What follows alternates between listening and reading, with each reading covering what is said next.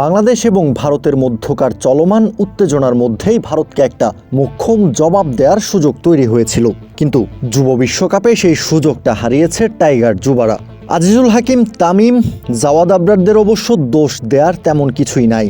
মন খারাপ করা টাইগার সমর্থকরা দোষটা দিতে পারেন বৃষ্টিকে, কেননা বারবার বৃষ্টি বাধার কারণেই ম্যাচটা আদতে হারতে হয়েছে বাংলাদেশকে। তাই তো ডিএলএস মেথডে 18 রানে ভারতের বিপক্ষে হেরে যুব বিশ্বকাপ যাত্রাটা শুরু হয়েছে বাংলাদেশের।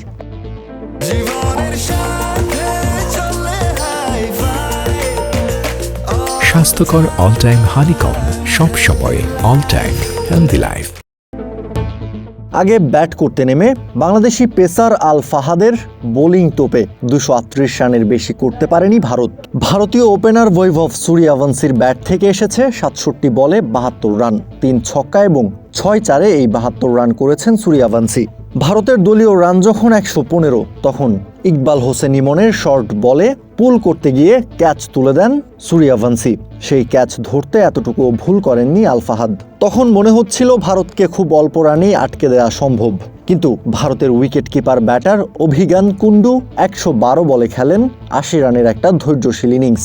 এক পাশ আগলে রেখে এগিয়ে নিয়ে যান নিজের দলকে। তাকে যোগ্য সঙ্গ দেন কানিক্স চৌহান, আর এতেই ভারতের সংগ্রহ দাঁড়ায় 238 রান।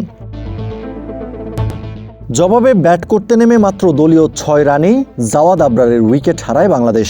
এরপরও রিফাত বেগের আগ্রাসী ব্যাটিংয়ে ম্যাচে ভালো মতোই টিকে ছিল টাইগাররা, কিন্তু বারবার বৃষ্টি বাধায় ম্যাচটা দূরে সরে গেছে বাংলাদেশের কাছ থেকে। শেষবার যখন খেলা বন্ধ হলো, তখন সমীকরণ দাঁড়ায় 29 ওভারে বাংলাদেশকে করতে হবে 165 রান, কিন্তু ততক্ষণে হাতে থাকা বলের চেয়ে রান অনেক বেশি ছিল। চেষ্টাও করেছিল বাংলাদেশি ব্যাটাররা, কিন্তু তাড়াহুড়ো করতে গিয়ে একের পর এক উইকেট হারাতে থাকে যুব টাইগাররা। শেষমেশ 18 রানে পরাজয় বরণ করতে হয়েছে ভারতের কাছে।